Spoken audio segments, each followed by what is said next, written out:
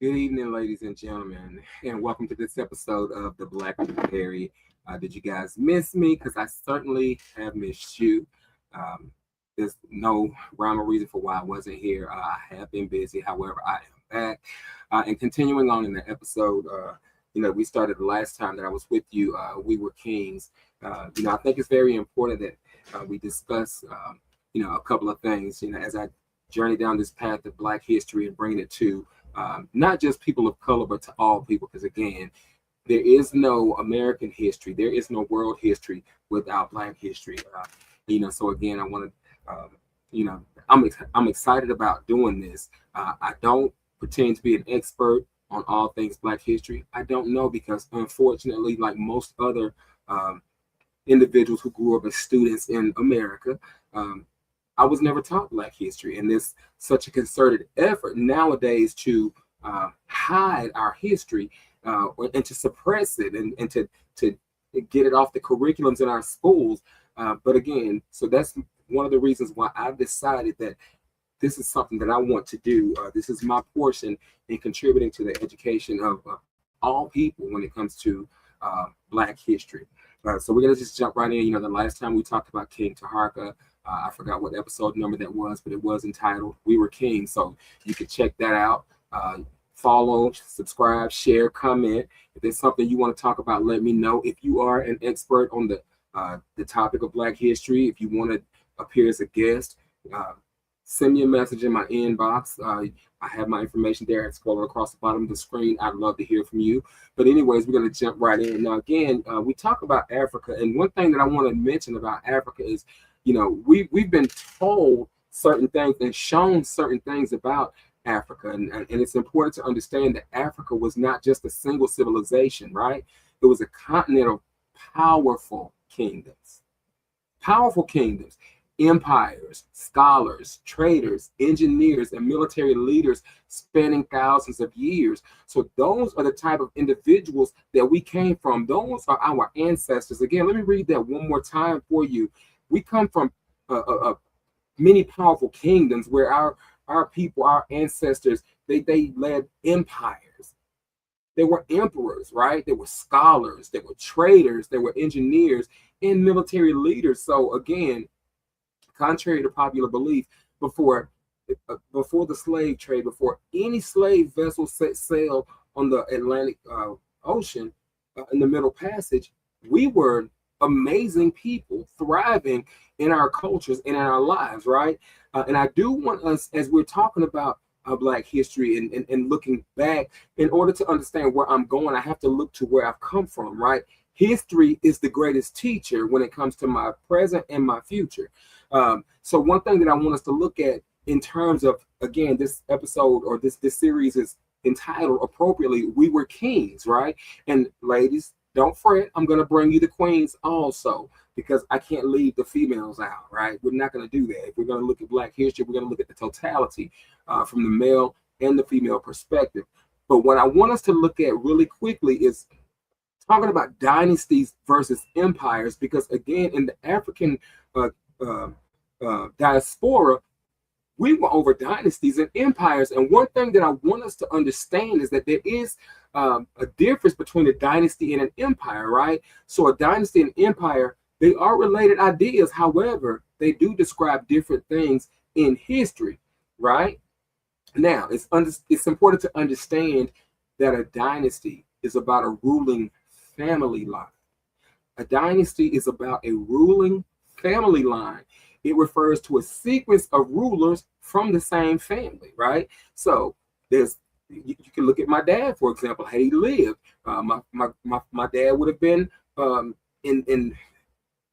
I don't want to get ahead of myself to let you guys know who we're going to be talking about specifically today, but let's just say that my father was a king. He's going to transfer power to me or one of my brothers, one of my siblings, probably the eldest. That's how it worked. Power is going to be transferred. So power is inherited by one of the children from the parents. And then that sibling of mine would then have an heir that he would transfer his power over to, or what have you. So you can think about the power dynamics and the different the power structure and how it affected each individual family, right? Because it would go from the father to the surviving heir to that surviving heir, and then you could have another sibling that was jealous of it. We can talk about so many different things, but I don't want to do that. But again, it refers to a sequence of rulers from the same family when we're talking about a dynasty. And the power, again, as I just explained, is usually passed down through inheritance, like from a parent to a child. Now, a dynasty can rule a kingdom, an empire, or a smaller state, right? That's a dynasty, right? Now, the empire, when we talk about an empire is about a large political territory, right? The dynasty rules the empire. So it's a state that includes multiple regions, peoples, or countries. It's often created through conquest or expansion. So when we're talking about a conquest, we're talking about someone that set out, whether it's the king himself or someone as a representative ambassador of the king. They are sent forth to conquer. That is their conquest. They're going to conquer a region. They're going to conquer a people. They're going to conquer another country to expand the dynasty, right? Or to expand the empire over which the dynasty is now going to rule. So again, it's usually ruled by an emperor or a central authority. Now, the key difference, again, from a dynasty and an empire is the dynasty is about who is ruling. That's the family line. The empire is about what or where it's being ruled. So again, the dynasty is who is ruling. The empire is what or where the dynasty is ruling. So that's how we understand that now. To make the connection, an empire, again, is often ruled by a dynasty. For instance, the Roman Empire had different ruling families over time. And many Chinese empires, much the same. They're named after the dynasty that ruled them. The Han Dynasty, the Ming Dynasty, so on and so forth. But because we're talking about Black history, I want to keep this focused on Black history because, again, my goal is to show all people, but especially people of color, those of us who may feel that we're uneducated, that we are we're not important, that we didn't come from that our lineage didn't matter because of what happened during the Middle Passage. I want us to understand the connection of where we came from. The images that we see on TV of Africa, or the images that we have been shown of the modern day continent of Africa, they are not accurate.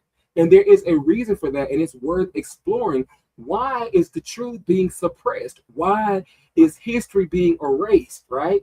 That is something worth considering. So getting back to the dynasties, we can talk about, for example, the 25th dynasty of Egypt. That was the dynasty of kings such as King Taharqa, which we talked about the last time I was here, which I think was 2 weeks ago, 2 or 3 weeks ago. And Taharqa ruled both Nubia and Egypt. There's the Ptolemaic dynasty. That was the dynasty of Cleopatra VII. There's the Solomonic dynasty. Solomonic, meaning Solomon, the dynasty that ruled Ethiopia and traced its lineage to King Solomon and the Queen of Sheba. So again, we come from some very notable kings and queens, emperors and empresses. We can look at the ancient Nile civilizations. There's the 25th dynasty of Egypt, the dynasty of King Taharqa and the Nubian pharaohs. There's the kingdom of Kush. That was one of Africa's longest lasting civilizations. You can look at the West African empires. There's the Ghana Empire, which was the first great empire of the Western Sahel. There's the Mali Empire, which was the home of Mansa Musa, who's often considered the wealthiest individual in history. Now, when it comes to a dynasty, it is worth pointing out that in today's terms, they have tried to, which I'm kind of jumping ahead of myself, but with Mansa Musa, he was considered to be the wealthiest man to ever have lived. And it's hard in today's economic climate to put a dollar amount on his net worth, right? So there have been people that have compared him to like an Elon Musk or Jeff Bezos, and it's hard to do because where you have Jeff Bezos and you have Elon Musk, that they, of course, they own companies, corporations that have significant stocks in these corporations. Mansa Musa different in that he was over regions, countries. and people more than just one economy. So, for example, you can take Tesla and you can take Amazon and put them together in a specific region, and they would have been ruled by someone like Mansa Musa. So, even trying to compare the wealth of Bezos or Musk to Mansa Musa is a moot point. Let's not even go there. But again, Mansa Musa, in case I didn't say, there's the Ghana Empire, the Mali Empire. Again, it was the home of Mansa Musa, often considered the wealthiest individual in history. And there's the Songhai Empire. It's larger than Mali at its peak and home to centers of learning like Timbuktu. East African kingdoms existed. There's the Kingdom of Aksum. It was a major trading empire and one of the ancient world's greatest powers. And there's again the Solomonic dynasty, which I told you about just a moment ago, traced its lineage back to King Solomon and Queen of Sheba, ruled Ethiopia for centuries. Then you can look at the Southern African kingdoms. There's the Great Zimbabwe, built monumental stone cities without mortar. The kingdom of, and I'm going to say this wrong, but we're going to tackle this. The kingdom of Mapungabwe, or whatever that is. I'm not even going to try to say that again. It was one of the earliest powerful states in Southern Africa. Then we had the Central African kingdoms. Because again, remember, the continent of Africa, there were many kingdoms, many across the continent, not just concentrated to one specific region. Again, so now we're looking at the Central African kingdoms. There was the Kingdom of Congo, which was a sophisticated kingdom that interacted with Portugal. There was the Luba Empire. It was a major political and cultural power. And then you had warrior kingdoms. And a lot of us remember Shaka Zulu. That was Zulu kingdom. Again, Shaka Zulu, he was one of the most influential military leaders in African history. So we come from this, there's so many fascinating books about the history of the continent of Africa. Again, I'm going to bring, as we know Africa, the term Africa is a European name that was given to the continent. That is not the original name of Africa. The original name of Africa, let me look this up, I think it's Arkandal, is what it is, Arkendal, Arkandal, which is the mother of all life, or mother of all mankind. Just a second here. It's the mother of all. Hold on just a second here. Hang on just 1 second here. Let me cheat for a minute. Let me cheat for just one moment. It's the mother of all life in the Garden of Eden. So if we go back to it, the Europeans decided they wanted to change the name of the continent. And why was that? It's Alkebulan. I am so sorry. It's Alkebulan. And I knew that. Alkebulan. I got ahead of myself. Now, the meaning of Alkebulan, and we're going to talk about the biblical meaning. And I'm so glad that there's a scripture that says there's nothing hidden that will not be revealed, right? So Alkebulan is widely cited in Pan-African and Afrocentric communities as the oldest indigenous name for the continent of Africa. And the actual meaning is mother of mankind, or the Garden of Eden. And I want to see what the meaning is in the Bible, right? The meaning of Alkebulan in the Bible, it actually says that it does not appear in the Bible. But again, it's loosely translated, right? Not loosely, but actually is translated to mean mother of mankind or Garden of Eden. So again, the continent of Alkebulan, its ancient name, before the Romans changed the name to Africa. And even when we talk about the Ethiopians, Ethiopia literally means land of the black faces or what have you. And that was given to them by the Romans. So it's interesting that a continent that provides so much life to this world, to the planet, there has been, going way back when, a concerted effort to diminish the contributions of and to thwart the actual importance of this continent as it relates to the world. And could it be because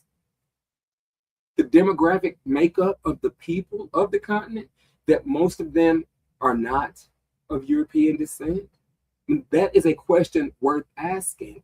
Why has there been such a prolonged and deliberate effort to only show us images of an impoverished continent? Which, if that were true, why are there so many nations now that are still plundering the nation for its oil, for its gold, for the minerals, including diamonds, their salt mines, so many different things? Africa has not just risen in importance as of late. Africa has always been of importance. Africa began as the mother of all mankind, the place of the Garden of Eden. So its importance it didn't just occur. It's always been that way. So again, I hope that we understand, just, when we talk about the dynasties and the empires, I wanted to touch on that before talking about Mansa Musa. Since I'm talking about we were kings, excuse me, just a moment.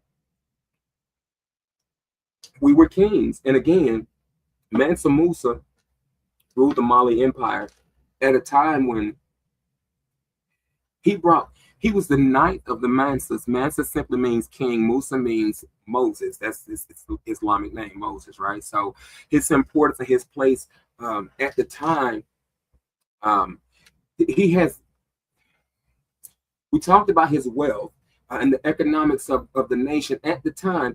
Present-day Mali is the 8th largest country in Africa and the 23rd largest country in the world.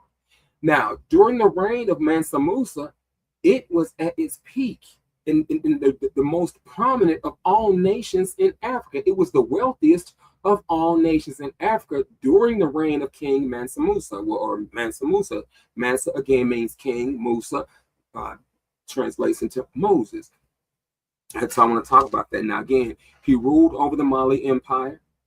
We could talk about Timbuktu's universities and their libraries and the African trade networks. And now, again, remember, we have been fed common myths and lies about the reality of African prosperity before European colonization. So let me ask this question: why would other nations like Portugal and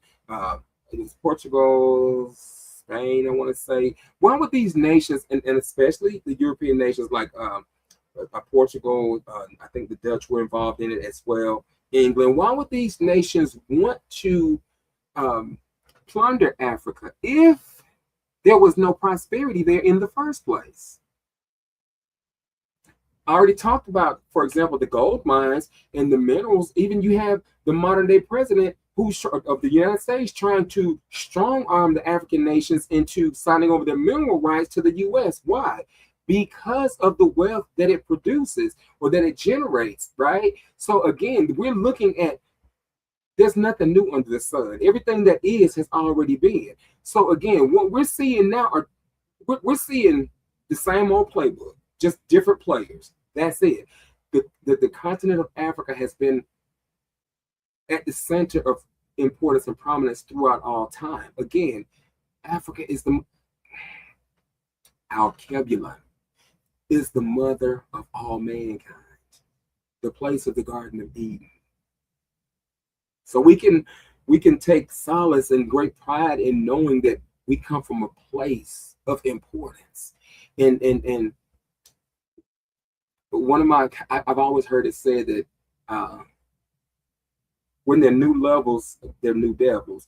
In this level of learning in which I want to bring forth to the people, and not just with what I'm doing. There've been people that have come before me, so many people that have written books that I feel like a kid in a candy store that I'm getting my hands on these books. I've been having dreams about the ancestors, the history of my people, the culture, and getting to share it with the world, right, in such a way that, again, I want to do it tastefully so that it creates, it causes little kids to want to learn about their history. I want them to be able to grow up to be the scholars and the engineers and the military professionals and the bankers and the doctors judges because we come from people that laid down so much and sacrificed so much. We come from builders and we come from architects and we come from kings and queens. And I want them to be excited again. I want them to see past what they're being told, not just little black and brown kids, but all kids. But it has to start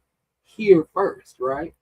The opportunities that I was never given, I want to be able to make sure that somebody else's child is able to learn the truth and to have this knowledge and this wisdom. But at any rate, we're talking about Mansa Musa.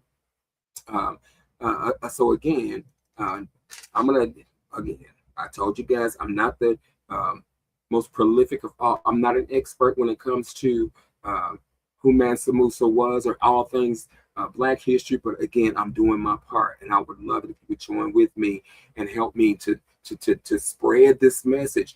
Subscribe to the channel, follow me, interact with me. If you want to appear as a guest, I mean, I'm really looking forward to the day that I have professors that are teaching, interacting with me on here, because again, I may start small, but I'm not going to stay small. But again, Mansa Musa, wealthiest of all kings, the wealthiest man to ever live. And I'm just going to, I can do Chat GPT, I can do Wikipedia, I can do any of that, but I want to put this in a format that you yourself can see. I'm going to actually cheat and go with, I'm going to go with Wikipedia today, right? I'm only going to touch on a few things because, again, I just want to create enough of a desire for you to seek out the information for yourself. And I want to share my screen so that you guys can see this. Hang on just a second here. Hang on just 1 second. Let me do screen presentation. We're going to do share screen. Give me just a second here. Share screen. And this is going to be Wikipedia. Let's go with share. Here we go. So I'm going to cheat a little bit. All right, now Mansa Musa, this is 1280 to 1337. So we're talking about 57 years. He was the 9th of kings of the Mali Empire, which reached its territorial peak during his reign. Okay, Musa's reign is often regarded as the zenith of Mali's power and prestige, although he features less in Mandinka oral traditions than his predecessors. He was exceptionally wealthy to an extent that contemporaries described him as inconceivably rich. Time magazine reported there's really no way to put an accurate number on his wealth. Let's see here. It's known from local manuscripts and travelers' accounts that Mansa Musa's wealth came primarily from the Mali Empire's control and taxing of the trade in salt from northern regions, and especially from gold panned and mined in Bambouk and Bure to the south. Over a very long period, Mali had amassed a large reserve of gold. Mali is also believed to have been involved in the trade in many goods such as ivory, slaves, spices, silks, and ceramics. So they did have a vast economy and a stark trade network. So again, and you don't have these type of economies that exist under individuals like the king, King Mansa Musa, unless he had to have come from a lineage that understood the economies, that understood how to prosper the nation. And again, militarily, Mali was at the top of the top, right? Now, we're going to look at, just really quick here, let me switch back over here. We're going to talk about, we touched on the wealth and the economics a little bit of the Mali Empire. We're going to talk about the universities and the libraries. Let me stop sharing my screen for just a minute. Again, Mansa Musa, Wikipedia, that information is there. And I do love Wikipedia. Again, it talks about the names and the titles. You can look at that. I'm still sharing my screen so you see all of that. There's historical sources. You can look at his lineage. That is there for you. His early life and his ascension to power. His early reign, pilgrimage to Mecca. Because again, we talked about his pilgrimage to Mecca. He was a Muslim. I don't even know what a Hajj is myself. So again, I'm learning as you guys are learning. Pilgrimage to Mecca. He made him well known across North Africa and the Mideast. To Musa, Islam was an entry into the cultured world of the Eastern Mediterranean. He would have spent much of his time fostering the growth of the religion within his empire. When Musa departed Mali for the Hajj, he left his son Muhammad to rule in his absence.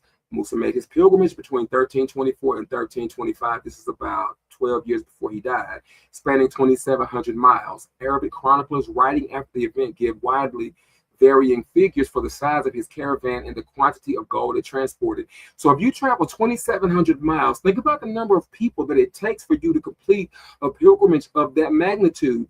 And you have to care for and provide for each one of them. So again, the vast number of individuals for accounting purposes to take care of those people, this, as a king, these are the type people that we ascended from. So this is not somebody that was a slouch, right? According to figures preserved in the later Arabic accounts, his procession included upwards of 12,000 slaves, all wearing brocade and Yemeni silk, and each said to have carried 1.8 kilograms or 4 pounds of gold bars, with heralds dressed in silks bearing gold staffs, organizing horses and handling bags. And let us not even talk about what it was going to take to feed the animals, right? And a brocade, I just wanted to see what that was. A class of richly decorated shuttle woven fabrics, often made in colored silks and sometimes with gold and silver thread. So they were just amazing at the things that they were able to do. So again, and he provided all the necessities for the procession, feeding the entire company of men and animals. I didn't realize they were talking about this. I kind of got ahead of myself. So again, you can look at the information there on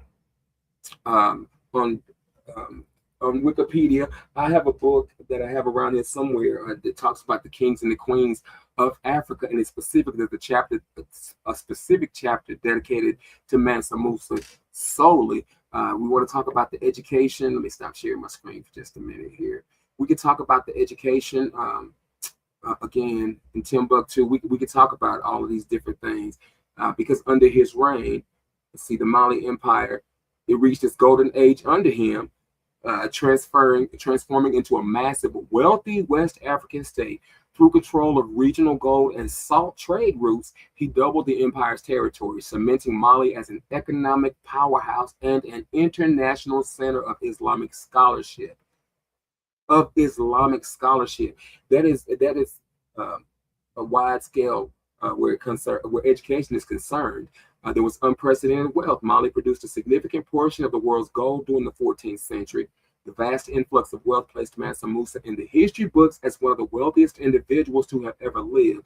There was territorial expansion. He used his well-trained army to double the size of the empire, and at its height, the territory stretched across parts of modern-day Mali, Senegal, the Gambia, Guinea, Nigeria, and understand Nigeria is a country and Nigeria is also a country. They are not the same.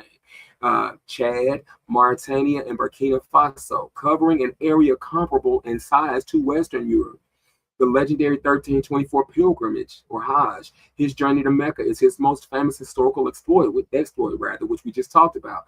He traveled with a massive caravan of tens of thousands of soldiers, officials, and camels heavily laden with gold. His extravagant spending in Cairo and Medina distributed so much gold that it caused regional inflation and took years to stabilize. There was a cultural and an architectural flourishing. Returning from Mecca, he brought back Middle Eastern architects and scholars, fundamentally changing the architectural landscape of West Africa. He commissioned celebrated structures like the Great Mosque at Gao, using burnt bricks, and developed cities like Timbuktu and Gao into important cultural centers. Then there were the centers of learning, or the education hubs that we talked about. Under his royal patronage, Timbuktu became a vibrant hub of education. The city's Sankore Mosque, or Sankore Mosque, evolved into one of the most prominent teaching centers, laying the groundwork for the University of Sankore, which attracted scholars from across Africa and the Middle East. And finally, the global recognition. Because of his Hajj, Mansa Musa literally put Mali on the map. European cartographers, such as Spanish mapmaker Abraham Cresque included him in the 1375 Catalan Atlas, depicting him holding a gold scepter, which sparked further European interest in the region. And you can look at the National Geographic Education site for more information there. So to have someone like Mansa Musa, again, he was the ninth of the kings over the Mali Empire, to bring it from where it was to the place of prominence that it was the powerhouse at the time in Africa. Now, again, modern day, the 23 million people, over 1 point something million square miles of territory, 23 million people, making it the eighth largest country in Africa and the 23rd largest country in the world. And from an economic perspective, there's still the gold mines there, there's still the salt mines, there are things, everything that was there is still present. Now, it may not have the economy today that it had under his reign. However, it does not negate the fact that Mali always is what it has been. So I didn't want to, again, I'm not the most, what is the word I'm looking for? I am not an expert on all things Black history. I am just somebody who is intent on learning more for myself and serving and bringing the information to the people. I hope that you guys have enjoyed this information that I have brought to you today, talking about the difference between a dynasty and an empire, and talking about Mansa Musa as I continue on in the series, We Were Kings. Because again, remember, the blacker the berry, the deeper the truth. I hope that you learned something valuable today. I hope that I've inspired you and motivated you to go dig deeper for yourself. Again, follow me, subscribe to the channel, share the content, comment. I would love to hear from you. Again, I hope that you got as much out of this podcast today as I was able to put into it in delivering this information. Again, I hope to see you guys next week, same time, same place, and we'll continue talking about Black history. Because again, remember, there is no American history, there's no world history without Black history. You guys take care. See you next week.